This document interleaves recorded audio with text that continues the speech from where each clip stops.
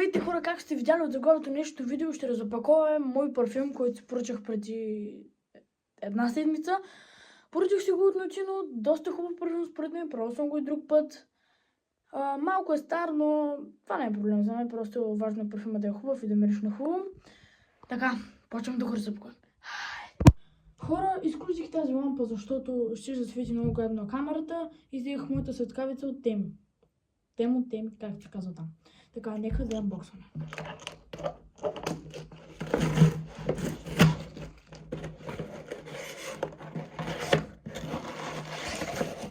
Интересно. Не мога да изкарам ножицата.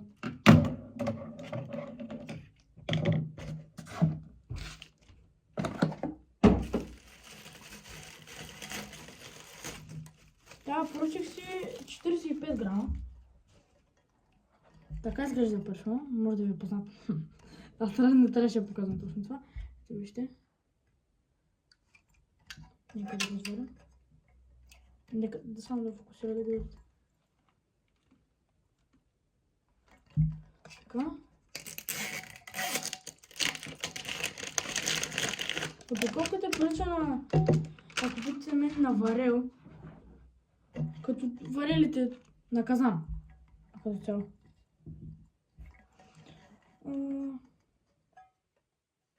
Отваря се от така, добре.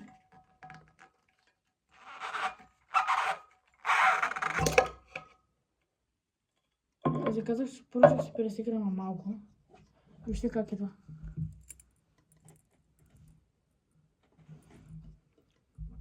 Ето вижте. Много е яко. Така ще стане светкавицата. Ще го изварям от тук. Или то не се вари, или аз съм прост. Не вари се. Само трябва да махнем и това. Хора, като цяло, парфюм е ето това. В смисъл не е нещо особено, обаче изглежда много яко и мириш много яко. Това е парфюма.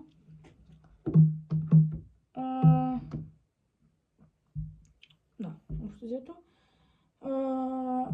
Значи, само да кажа, че от тези парфюми, този специално, има мъжки. Не. Да, има мъжки, има женски. И тези парфюми може да са туалетна вода, които значи са по-леки. И може да са тежки парфюми, то там се пише в Нотино, като чукнеш на парфюма. И може да са леки или тежки. Аз си поръчах лек, защото още съм малък. И така, това ми е парфюма. Мисля да го използвам, защото аз имам още много парфюм, но мисля да използвам този, сега ще видя как мирише. Да почакам малко. Парфюм е доста хубав. Препоръчвам го.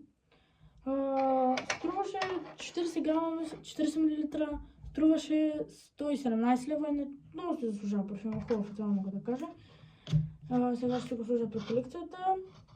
И ако искате, мога да ви покажа на моята колекция с парфюми. Да, направо сега ще покажа. Така, колекцията с парфюми. Така, имам